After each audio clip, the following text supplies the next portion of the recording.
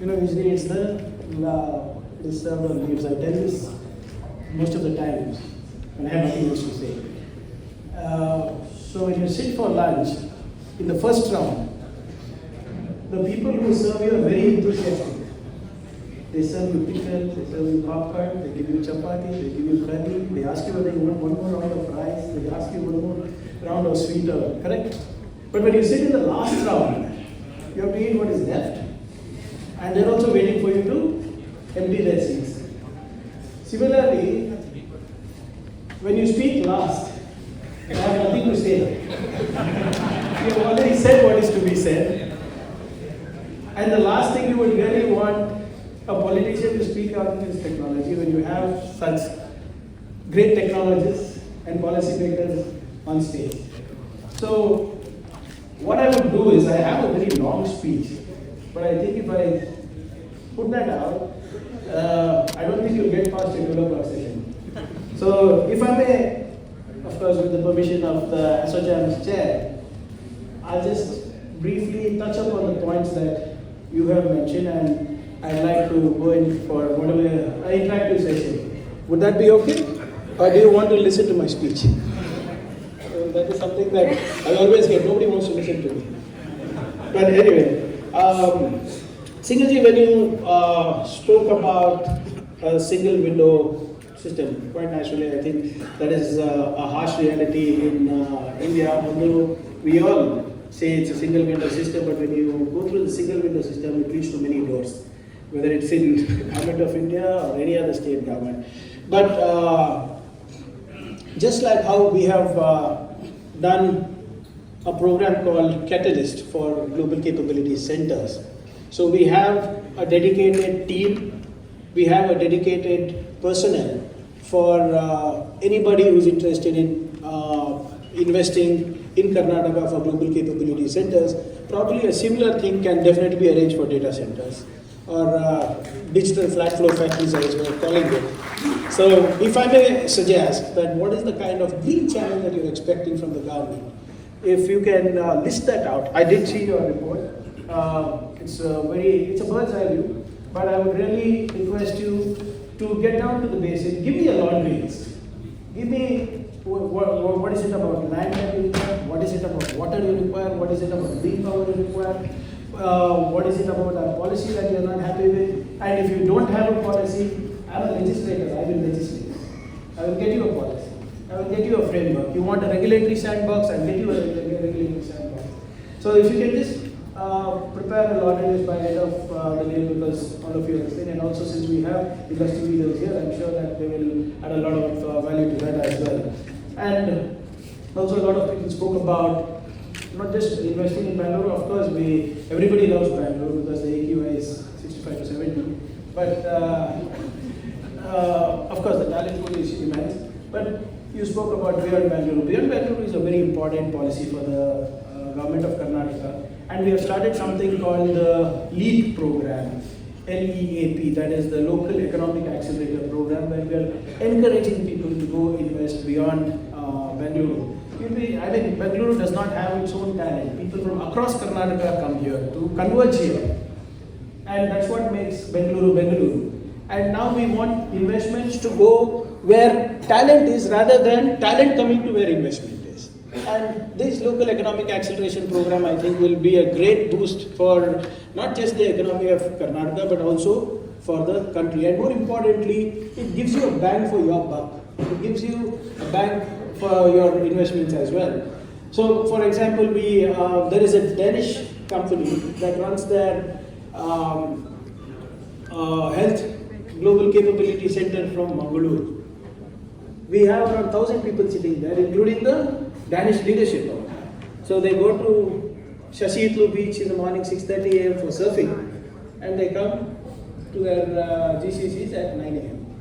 So we have the talent, we have the infrastructure, we have the digital infrastructure across Karnataka. So if you can give me again what your plans are for the future, we will ensure that these hubs that we are creating, these clusters we are creating, or these zones that we are creating are as per your norms. So if you want better digital infrastructure, you want better connectivity, you want better last mile connectivity, you need the entire backbone of any industrial infrastructure that is required. We will ensure that we build around it. Of course, talent as well.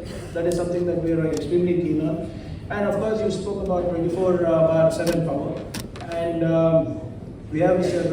Gupta here, a very, very senior officer who's held various positions, including that of industry, and he knows how important green energy is for not just data centers but also for any emerging technologies. If I'm not jumping the gun, yesterday when we had a conversation, we are coming up with 15 gigawatts of green energy over. And my request to the Minister for Energy and Mr. Gaurav was that dedicate 5 to 8 gigawatts only for emerging technology. Only for emerging technologies. And he's agreed to it, and we'll be working around it. And it's not a 2047 Vikshit Bharat program. It is something that we are going to do in the next couple of years. So this is green energy and sustainable water. I think water is something that is very, very important. Actually, I have two varying portfolios. I'm also the Minister for Rural Development and Panchayat Raj and the IT Minister. As IT Minister, my responsibility is to promote emerging technologies, and as a Minister for Panchayat Raj, my aim is to conserve water for rural water supply. That's almost 66% of the entire state. So while I'm here at this forum promoting artificial intelligence, where you give 5 prompts to ChatGPT and 0.5 liters of water vanishes. And there I'm going out and saying that no, you need to conserve water. So now I need to balance this out.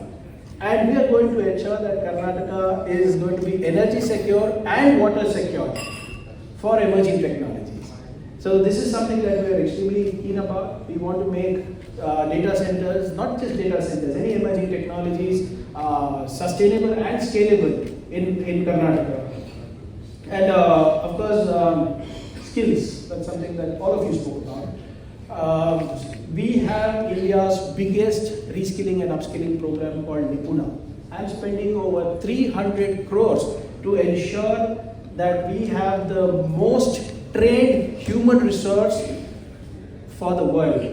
I'm not training only for the Karnataka ecosystem. A person who is trained in Bengaluru can work in Belgium, Brussels, Britain, as long as their curriculum is coming from Yotta. So if Yotta, if Sify, if Capitaland require cyber security specialists, you need data analysts, you tell me what the skill sets that you would require, we will partner with you, we will pay 50%, you pay 50%. You can use your corporate development fund, you can use your CSR. Nowhere in India this kind of agility and flexibility is given for a skilling program. And we also have programs wherein you can train and send people abroad. So, in fact, as we speak, we are evaluating around 50 people whom we have trained in silicon design. And Tata Electronics is evaluating their skill sets, and they said that they are some of the most skilled people they have ever seen in the world. And now they are being sent to being deployed in Germany as well as USA for the same. So it's happened through a collaboration. See, as a government, policy always plays catch up, let's be honest. Technology is always moving ahead, policy always plays catch up. So, you tell us what you require for skilling. We already have a skill council for emerging technologies with the skill minister as a co-chair. We are talking to over 200 corporates, understanding what kind of skill sets are required for emerging technologies. Like you said, $1.5 trillion for digital economy. And with that comes also cyber frauds. With that comes digital fraud. With that comes a lot of challenges. Of course, the opportunities are immense as well. So what is it that we can do to work together as a consortium, as a corporate, for the government is something that we can definitely work on. And like you said, Bengaluru is a place, Karnataka is a place. We recently announced the next 10 years as the Deep Tech Decade, where we are going to ensure that we are going to accelerate startups in deep tech only. So Karnataka is the only government in the world who has funded over 1,700 startups. 1,700 startups. Recently we had our Elevate program. Close to around